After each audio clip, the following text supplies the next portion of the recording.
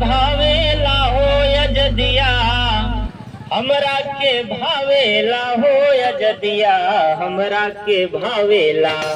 गुलमिया अब हम नाही बजैबे यजदिया, हमरा के भावेला। गुलमिया अब हम नाही बजैबे यजदिया, हमरा के भावेला। हमरा के भावेला हो यजदिया, हमरा के भावेला हो, हमरा के भावेला हो यजदिया, हमरा के भावेला हो यजदिया, हमरा के भावेला। गुलमिया अब हम नाही बजैबे यजदिया, हमरा के भावेला। गुलमिया अब हम नाही बजैबे यजदिया, हमरा के भावेला। जीने जीने जीनी चंदरिया, लहरेला तोहरे काने हो रामा, लहरेला तोहरे काने। जीने जीने जीनी चंदरिया, लहरेला तोहरे काने हो रामा, लहरेला तोहरे काने। जब हम तन के पर्दा मांगी, जब हम तन के पर्दा मांगी, आवे सिपहिया बांधे चंदरिया, हमरा के भावेला। चंदरिया हमरा के भावेला। सिपहिया से अब हम नाही बंधैबे चदरिया, हमरा के भावेला। सिपहिया से अब हम नाही बंधैबे चंदरिया, हमरा के भावेला। हमरा के भावेला हो यजदिया, हमरा के भावेला हो, हमरा के भावेला हो यजदिया, हमरा के भावेला हो यजदिया, हमरा के भावेला। गुलमिया अब हम नाही बजैबे यजदिया, हमरा के भावेला। गुलमिया अब हम नाही बजैबे यजदिया, दिनवा खदनवा से सोना निकलली, रतिया लगवली अंगूठा हो रामा, रतिया लगवली अंगूठा।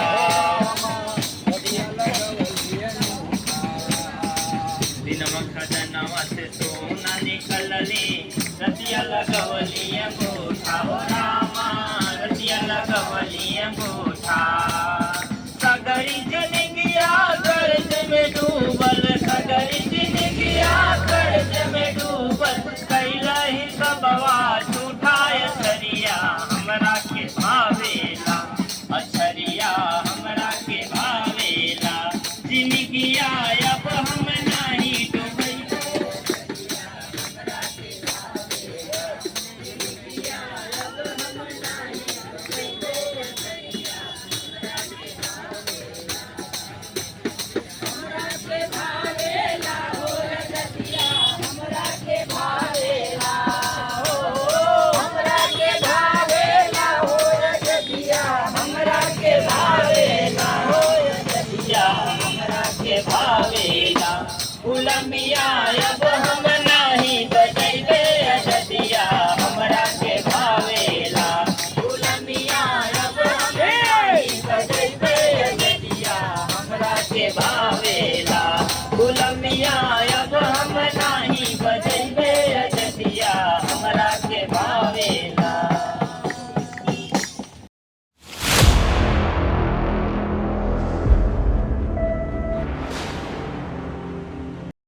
नमस्कार, मैं हूं कुमार विजय और आप देख रहे हैं। आज हम राजघाट के सर्व सेवा संघ के प्रांगण में खड़े हैं, जहां कभी सर्व सेवा संघ, जहां गांधी का विचार जहां से चला करता था, जहां किताबें छपा करती थी विनोबा भावे के विचारों की, गांधी के विचारों की, आज वो प्रांगण पूरी तरह से बुलडोज करके सूना कर दिया गया है। सरकार ने जबरन उसे हथिया लिया है, रेलवे के माध्यम से उसे अपनी ज़मीन बताते हुए हथिया लिया है, और जो लोग, जो गांधी के लोग वहाँ रहा करते थे, उन्हें बाहर खदेड़ दिया गया है, उनके आवासों को ढहा दिया गया है, गांधी के लिए जो काम करने वाले भवन थे उसे ढहा दिया गया है। जबरिया कार्रवाई के खिलाफ गांधी के लोग पिछले 70 दिनों से सत्याग्रह पर हैं आज इसका 70वां दिन है। 100 दिनों का सत्याग्रह चल रहा है जिसका 70वां दिन है। आज तकरीबन 250 महिलाएं यहाँ बैठी हुई हैं। तो हम इस पूरे आंदोलन पर, इस पूरे मामले पर बात कर रहे हैं राम धीरज जी से। राम धीरज जी इस पूरे आंदोलन के संयोजक हैं, उनका बहुत बहुत स्वागत करते हैं।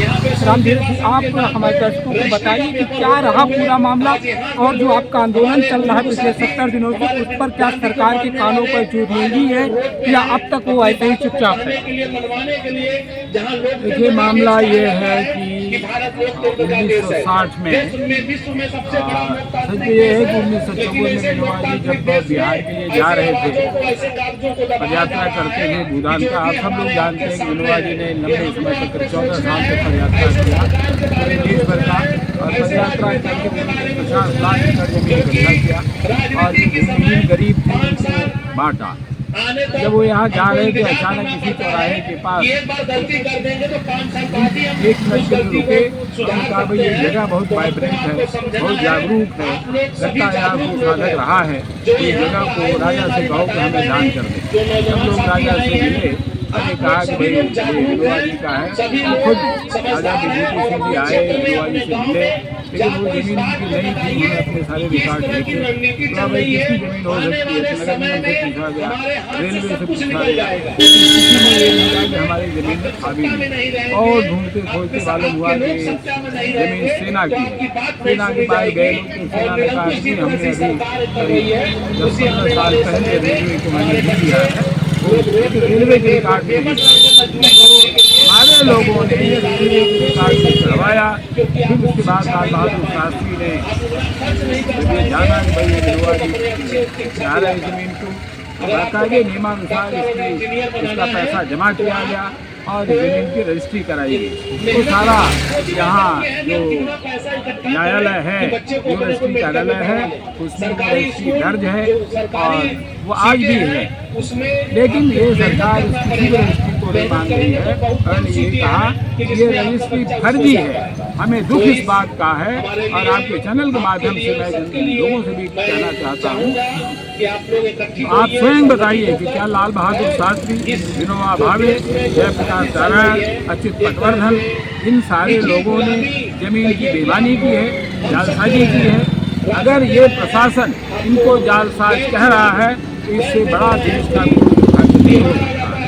और मैं तो आपके चैनल के माध्यम से भी कहना चाहता हूँ, इन जो हमारे नेताओं को जालसाज कहने वाले लोग हैं, इनके खिलाफ मुकदमा किया जाना चाहिए, इनको सजा होना चाहिए, क्योंकि संविधान में कहा गया है कि जो सत्ता संग्राम सेनानी है, जो राष्ट्रीय नेता है, उनके खिलाफ कोई हम अनुचित शब्द नहीं कहेंगे। उन्होंने उनको जालसाज कहा है, ये मेरे लिए बहुत बड़े दुख की बात है। तो ये देखा जा सकता है, जैसा भाई राम धीरज जी ने बताया कि जो ज़मीन कभी लाल बहादुर शास्त्री जी ने, विनोबा भावे जी ने रजिस्ट्री कराई थी, उसे आज की गवर्नमेंट, आज की सरकार फर्जी बता रही है। ये सीधे सीधे उन तमाम स्वतंत्रता संग्राम सेनानियों का बड़ा अपमान है जिन्होंने कभी इस देश को अंग्रेजों से आज़ादी दिलाई थी, दिल्लियों को ज़मीन देने का काम किया था। तो ये उनका बड़ा अपमान है। फिलहाल अब जब आंदोलन चल रहा है तो क्या मांग कर रहे हैं, क्या देख रहे हैं कि क्या इस सरकार से उम्मीद कर पा रहे हैं कि आप अपनी ज़मीन वापस ले पाएंगे? देखिए, हमारी दो मांगे हैं। पहली बात ये विरासत थी, भारत का इतिहास था, क्योंकि आज़ादी के बाद भारत का नवनिर्माण कैसे होगा, इसके लिए विनोबा जी, जयप्रकाश जी ने यहाँ रचना की थी और देश भर के तमाम नौजवानों को यहाँ इकट्ठा करके और उन्होंने उनको ट्रेनिंग दिया कि गांव में कैसे होगा। 67 के अकाल का केंद्र यही था। 68 में जो चंबल के डाकू का समर्पण हुआ, जिसको विनोबा जी ने, जयप्रकाश नारायण ने करवाया, वो जगह भी यही थी। इसलिए और जिनको भी आज की तारीख में हम लोग बड़े राष्ट्रवादी मानते हैं, बड़े लेखक साहित्यकार मानते हैं, चाहे प्रभात जोशी हो, चाहे श्रवण कुमार गर्ग हों, चाहे अनुपम मिश्र हों या धर्माधिकारी हों, सुंदरलाल बहुगुणा हों, अभी जो हाल में जिनकी भाई जी की बारात में हो, ये सारे के सारे लोग यहाँ ही रह कर के ट्रेनिंग पाए थे और यहाँ से ही निकल कर उन्होंने देश भर में इस काम को बढ़ाने और फैलाने का काम किया। ये रामधीरज भाई ने बताया कि किस तरीके से सुबह सुबह जब सारे लोग सो रहे थे, अंधेरे ही यहाँ पुलिसिया जूतों की खटखटाहट हुई और सबको खदेड़ दिया गया और पूरी बिल्डिंग को, जो यहाँ से गांधी के विचार का प्रसार हुआ करता था, उस पूरी बिल्डिंग को जमींदोज कर दिया गया, जिसमें लाखों किताबें थी उसे तहस नहस कर दिया गया। सिर्फ रह गई एक गांधी की प्रतिमा, जिसे शायद अपने आप को शर्म से बचाए रखने के लिए कि लोग ये न कहें कि गांधी को फिर किसी गोडसे ने मारा है, शायद इस डर से सिर्फ एक गांधी की प्रतिमा को छोड़ दिया गया। शायद इतनी ही शर्म बची थी सरकार को, बाकी तो किताबें नष्ट कर दी गई और सारे विचार तहस नहस करने की कोशिश की गई जो गांधी ने इस देश की जहनियत में भर दिया गया है। लेकिन शायद सरकार ये भूल गई कि किताबें फाड़ी जा सकती हैं लेकिन विचार नहीं फाड़े जा सकते, और विचार आज भी जिंदा है। शायद यही वजह है कि 70 दिनों से एक बड़ा आंदोलन गांधी के विचारों को बचाने के लिए यहाँ चल रहा है, जिसमें आज बहुत अप्रत्याशित तौर पर तकरीबन 250-300 महिलाएं आकर के दूर दराज से बैठी हुई। हम उन सबसे भी बात करेंगे और तमाम लोगों से बात करेंगे। हमारे साथ बातचीत करने के लिए रामधीरज जी का बहुत बहुत धन्यवाद। हमारे साथ इस सत्याग्रह में लगातार जुड़े हुए लोक समिति के संचालक नंदलाल मास्टर जी हैं। नंदलाल जी लगातार इस आंदोलन में लगे हुए हैं। जब गांधी के विचारों का केंद्र हुआ करता था सर्व सेवा संघ, जब यहाँ से साहित्य का प्रसार होता था तब भी सक्रिय रहते थे। देश भर में लोग गांधी को जाने, उनके विचारों को जाने, और आज जब गांधी की विरासत जमींदोज कर दी गई है तब इस आंदोलन में लगातार सक्रिय हैं। आज उनके सत्याग्रह का 70वां दिन चल रहा है।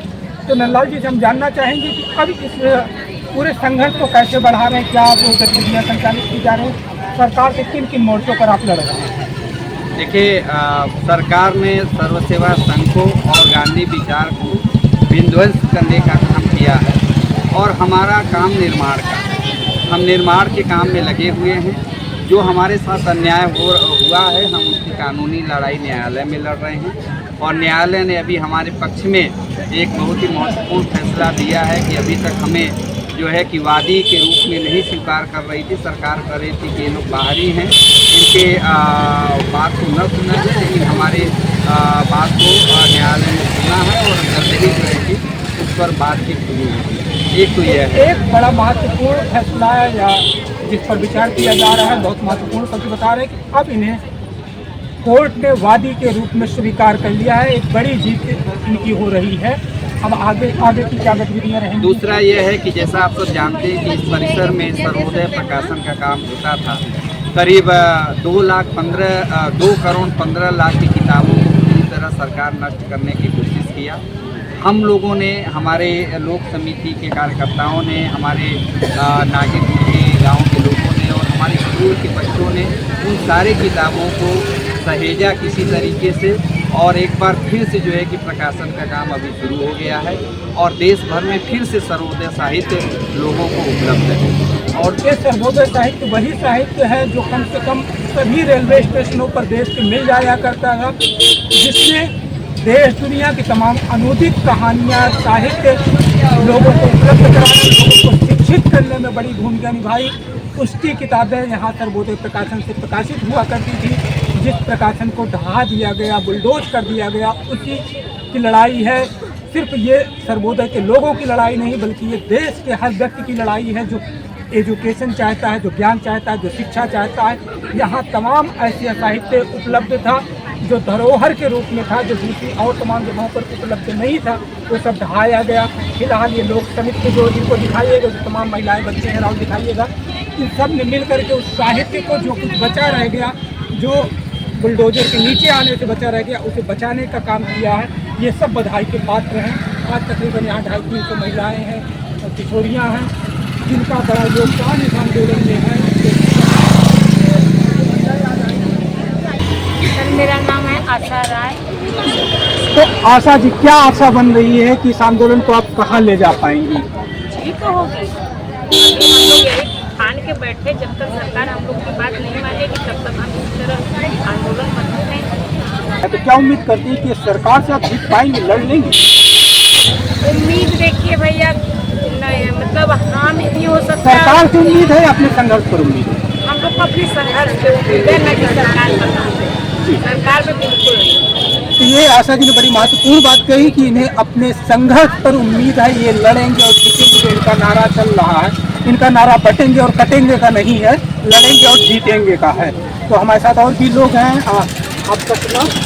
मैं माला। तो माला जी, आज तमाम महिलाएं बैठी हुई हैं, तो गांधी के विचारों से कितना वाकिफ है और गांधी के विचारों को कहाँ लेके जाना चाहिए? विचार कभी मरते नहीं, और इस जो स्थान से व्यक्ति का निर्माण होता था, विचारों का निर्माण होता था, आज भी विचार वो बरकरार है। और हमें आशा की किरण दिख रही है, हम आगे बढ़ेंगे। जिस तरह हमारा आज 70 सत्याग्रह पूरा हुआ है, तो अलग अलग राज्य से, अलग अलग जगह से लोग आए हैं और हमारे सत्याग्रह में शामिल हुए हैं। आज हमारी ग्रामीण महिलाएं और हमारी छोटियाँ जो उपवास पर बैठी हैं, तो ये लड़ेंगी और आगे जीतेंगी, ऐसी कामना कर रही हैं। और हमको पूरा भरोसा है, विश्वास है कि हम लोग लड़ेंगे, आगे जीतेंगे और ये 100 दिन का सत्याग्रह पूरा होगा। इसके बाद हम लोग गांव-गांव, जन-जन तक इस जो है संदेश को लेकर जाएंगे। और हम सरकार से उम्मीद नहीं करेंगे, लेकिन अपने संघर्ष और एकता पर हम जो है उम्मीद करेंगे कि हम जरूर हमारे सत्य का विजय होगा और हमारे पक्ष में होगा। जो भी न्याय हमारे पक्ष में होगा, ऐसी मैं आशा करूँगी। तो यहाँ जो भी लोग सत्याग्रह पर बैठे हुए हैं, इस जज्बे से भरे हुए हैं कि हम जीतेंगे। ये सत्य की लड़ाई है, न्याय की लड़ाई है, इसमें वो विजित होने की पूरी उम्मीद रखे हुए हैं और हमारी भी शुभकामनाएं हैं कि आंदोलन विजित हो। हमारे साथ जागृति राही जी हैं।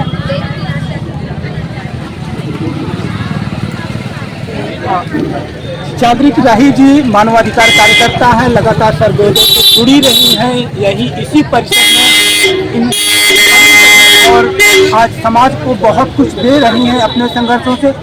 तो ये जो घर टूटा, यहाँ सिर्फ हम प्रकाशन की बात नहीं करेंगे, आप तो उस भूमिका में नहीं जिनका घर टूटा, तो इस दर्द को आप कैसे बताना चाहेंगे? क्या रहा ये पूरा अनुभव? वो तो औरत ही समझ सकती है, क्योंकि 50 साल की गृहस्थी मिनटों में उजाड़ दी जाती है।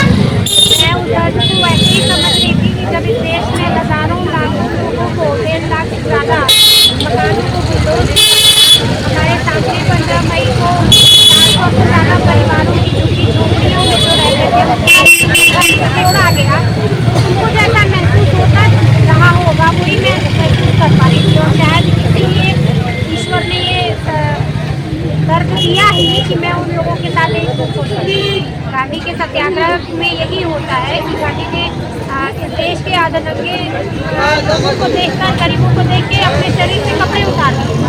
तो मैं वैसा ही महसूस करती हूँ। मुझे अब हर चीज़ जो ये दिखावा हो रहा है विकास के नाम पे, वो बिल्कुल अय्याशी लगता है और बिल्कुल उल्टा लगता है। देश में इतने सारे लोग बेघर हैं, आधा पेट खाने आधे से अधिक बच्चे कुपोषित हैं, महिलाएं एनीमिक हो, उस वक्त आप हजारों करोड़ रुपए शादियों पे खर्च करते हैं, हजार करोड़ रुपए फालतू की बिजलियां जलाते हैं। उसी बिजली के लिए हर दिन के जंगल काटे जा रहे हैं, खदानों के लिए आदिवासी उजाड़े जा रहे हैं और उसी बिजली को आप खाली यहाँ शहर में आप देखें छानने लगाकर उसी चकाचौंध में लोगों को भ्रमित कर दें। तो ये विकास नहीं है। अभी पटरी व्यवसायियों को लंका से उजाड़ दिया गया। गरीब आदमी 30 रुपए में 40 रुपए में खा लेता है, तो वो जगह इनको नहीं चाहिए।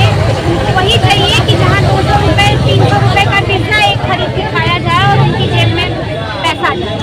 ये जो विकास का मॉडल है, जो यहाँ बनारस से, काशी से, वाराणसी से जिसे क्वेटो बनाने की कवायद की जा रही थी, जो कहीं क्वेटो तो बन नहीं पाया, लेकिन उसका जो विकास का एक मॉडल बना भी है, वो कितना खोखला है उसके बारे में जागृति जी बता रही हैं कि एक तरफ मूल लोग जो यहाँ के हैं, जो यहाँ रेहड़ी पटरियों से अपना जीवन यापन कर रहे थे, उन्हें उजाड़ा जा रहा है और लगातार व्यावसायिक शहर में तब्दील किया जा रहा है। जहाँ यहाँ अब तो क्रूज वगैरह भी आ गया, डेवलपमेंट की बात की जा रही है। इस सब को कैसे देख पा रहे हैं कि क्या पुराना वाराणसी कहीं बचता दिख रहा है या खत्म होता है? काशी की संस्कृति को, काशी में जो कहते थे हैं ना कि कोई भूखा नहीं सोता, उसको बदला जा रहा है। कल मैं जा रही थी तो मैंने पहली बार देखा कि शहर में मारवाड़ी जो धर्मशाला उसके सामने मजदूरों की लाइन लगी हुई थी खाने के लिए, खाना लेने के लिए। तो ये बनारस जो वो बना रहे हैं उसमें वही लोग हैं जो 900 रुपये घंटा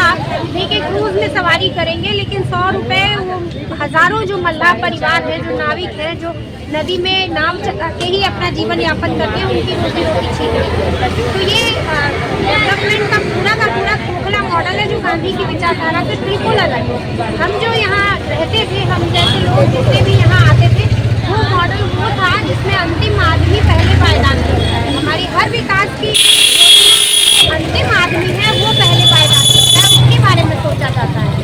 तो वो पूरी धारा ही बदल दी गई। और कहने के लिए गरीब आदमी बैठा है, चाय वाला बैठा है सत्ता में, और उस चाय वालों को चाय वालों से ही नफरत है, उन गरीबों से भी नफरत है। उनको सारी झोली अपने दोस्तों की भरनी है और उसी दोस्तों को देने के लिए ये जमीन भी ढहाई गई है। ये जो विरासत है, उनको सेंस नहीं है कि इन्होंने यहाँ पे जयप्रकाश नारायण विनोबा जी जैसे भारत रत्न जिनको दिया है, वैसे लोगों की ये धरती थी। यहीं से बुद्ध गए थे, यहीं से जय कृष्णमूर्ति जाते आते रहे हैं, कोई जय कर रही है। तमाम देश के जो बौद्धिक जमात थी वो यहीं से सोच विचार करती रही है। गांधी विद्या संस्थान पहले बंद कराया, फिर सर्व सेवा संघ पे बुलडोजर चलाया। अभी वो सुन रहे हैं कि इनकी प्लानिंग के तहत ये घाट और पर्यटन के निगाह में बसंत स्कूल और जहाँ मैं पढ़ी हूँ वो सारा एरिया भी आ रहा है। तो ये कितना डरावना है। अभी आज काली मंदिर जो था चौराहे पे वो ढहा दिया गया, तो आप किसी को नहीं बख्श रहे, ना आप मंदिर छोड़ रहे हैं, ना मजार छोड़ रहे हैं, ना मस्जिद छोड़ रहे हैं, ये सरकार तो हिंदुत्व की बात करती है, फिर भी बनारस में लगातार मंदिरों पर हमले हुए, आपने खुद देखा होगा। मंदिरों को मॉल में तब्दील कर दिया गया। आप खुद देख रहे हैं ना कि विश्वनाथ कॉरिडोर हो गया, विश्वनाथ धाम मंदिर नहीं रहा, वो कॉरिडोर हो गया। वहाँ जो 14,000 लोग डिस्प्लेस किए गए, वो सारे के सारे वो लोग थे जो मंदिर से ही जीते खाते थे, उन सबको हटा दिया गया। और अभी जो कॉरिडोर बनाया गया है, वहाँ हालत ये है कि दुकानों का, जिनकी सिंधी मार्केट हटाया गया, उनको दुकानें जो दिए जा रहे हैं वो बेचारे ले नहीं पा रहे क्योंकि किराया इतना जाता है। जिनको उजाड़ा उनको भी किराए पे दुकान है, उनको रिप्लेसमेंट नहीं कर रहे। उसी तरह से कॉरिडोर में आप देखिए कि 3 लाख रुपए शायद घंटे पे किराए पे वो दिया जा रहा है शादी ब्याह करने के लिए। कभी सुना था मंदिर के अंदर शादी ब्याह करने के लिए किराया वसूला जाए या टिकट लगा के दर्शन कराया जाए? आप हिंदुत्व की बात करते हैं, कौन से मस्जिद में, कौन से गुरुद्वारे में, कौन से चर्च में कहीं किराया लगता है दर्शन करने के लिए? आप भगवान और हमारे बीच में एक ब्रोकर का काम करने लगे और आप कह रहे हैं मंदिरों की कमाई पे आपकी निगाह है। मंदिरों की जमीन पे, मठों की जमीन पे, हिंदू धर्म के जो सनातन धर्म के सबसे ऊंची पीठ है शंकराचार्य की, उसको रिप्लेस करके वहाँ पे अपने को बैठा दें। सारा काम तो हिंदू धर्म के खिलाफ कर रहे हैं, हिंदू धर्म की जड़ों को खोद रहे हैं। वहाँ जो रखा हुआ है अपूर्व संपदा, उस पर निगाह है। क्योंकि एक उपचुनाव भी चल रहा है उत्तर प्रदेश में, और इसी समय में इस प्रदेश के मुख्यमंत्री जो उसी पार्टी से हैं, उनका नारा आ रहा है बटेंगे तो कटेंगे। और एक तरफ मतलब हिंदू के एकीकरण की बात कर रहे हैं, दूसरी तरफ आप करें तो हिंदुओं के खिलाफ है पूरी सरकार। वो चेतावनी दे रहे हैं, चेतावनी दे रहे हैं कि हम बांटेंगे और तुम बटोगे और तुम ही कटोगे। तो ये एक नए सिरे से व्याख्यायित कर रही हैं मुख्यमंत्री के नारे को कि वो चेतावनी दे रहे हैं कि तुम बटोगे और तुम ही कटोगे। तो हमारे साथ बातचीत करने के लिए जाने के लिए आपका बहुत बहुत धन्यवाद। एक बहुत महत्वपूर्ण बात इनसे मिलती है कि गांधी के लोग जो हैं, इन्हें सिर्फ जब मैंने पूछा कि आपका दुख क्या रहा अपने जब आपका घर रहा, तो इन्होंने उस दर्द को बयां करने के बजाय उनकी चिंता आज हसदेव के कटते हुए जंगल हैं, बिजली का दुरुपयोग है और तमाम संसाधनों का दुरुपयोग है। यही होते हैं गांधी के लोग जो स्वयं से ज़्यादा देश की चिंता में परेशान रहते हैं, और शायद वही संघर्ष चल रहा है। आज 70वां दिन है उनके सत्याग्रह का।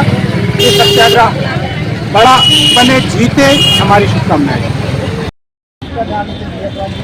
गांधी के लोग इस सत्याग्रह में लगातार बैठ रहे हैं। इसी में चंदौली से आए हुए विद्याधर जी, जोखन यादव जी हैं। तो विद्याधर जी, क्या लग रहा है कि सत्याग्रह का सरकार पर कुछ प्रभाव पड़ेगा? पड़ रहा है और नहीं पड़ेगा तो हम तैयार हो रहे हैं सत्य की लड़ाई के लिए। और सत्य के लिए जो है, सत्य का जो पर चलता है वो हर एक दूसरे का नुकसान नहीं करता, हम अपना नुकसान करके अपने शरीर का नुकसान करके हम देश का भला करेंगे। देश का भला इस माने में कि न्याय नहीं मिलेगा। ये जो काम आप कर रहे हैं वो साधारण काम नहीं है।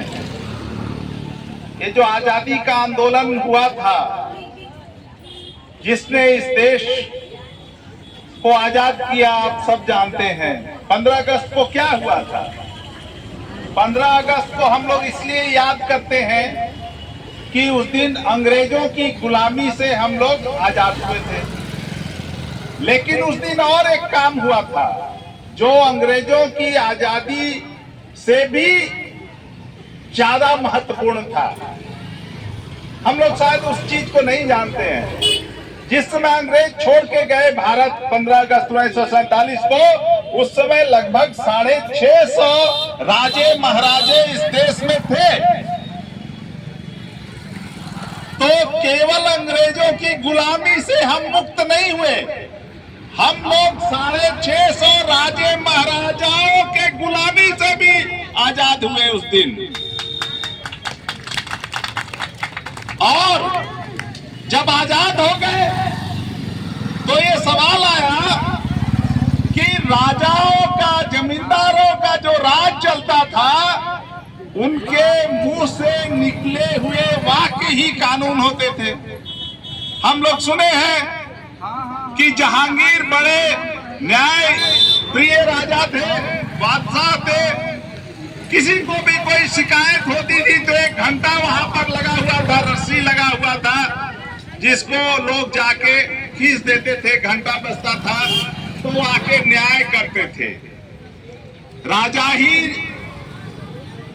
न्याय भी करता था, राजा ही शासन भी करता था, राजा ही कानून भी बनाता था। मतलब राजा ही सर्वोपरि था। राजा को देवता का प्रतिनिधि माना जाता था, जनता का प्रतिनिधि नहीं माना जाता था। तो उस दिन राजा का राज समाप्त हुआ। एक बात जो है आप सब लोग अपने दिमाग में लिख लीजिए कि 15 अगस्त को सिर्फ हम अंग्रेजों की गुलामी से आजाद नहीं हुए थे, हम राजाओं महाराजाओं की गुलामी से भी आजाद हुए थे।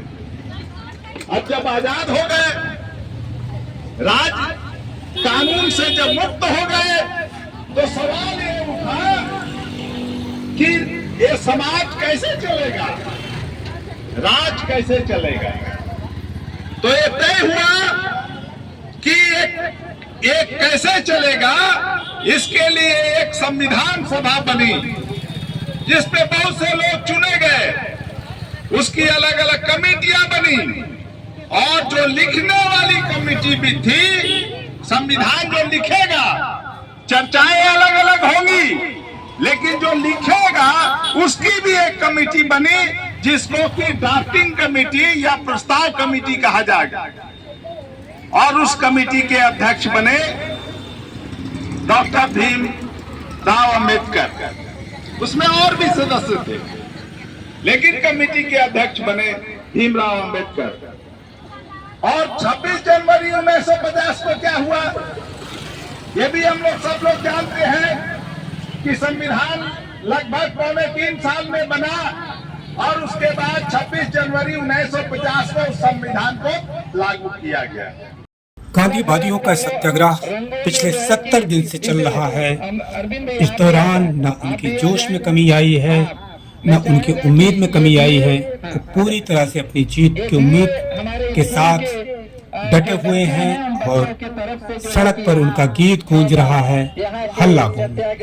हल्ला रे हल्ला रे हल्ला रे हल्ला रे हल्ला रे हल्ला रे बोल, हल्ला बोल हल्ला बोल हल्ला बोल हल्ला बोल, हल्ला बोल हल्ला बोल हल्ला बोल हल्ला बोल, हल्ला रे हल्ला रे हल्ला रे हल्ला रे हल्ला रे हल्ला रे बोल, हल्ला रे हल्ला रे हल्ला रे हल्ला रे हल्ला रे हल्ला रे बोल, हल्ला बोल सबको चल गया, बोल हल्ला बोल हल्ला बोल हल्ला बोल हल्ला बोल हल्ला बोल। आओ तो जीत जनता,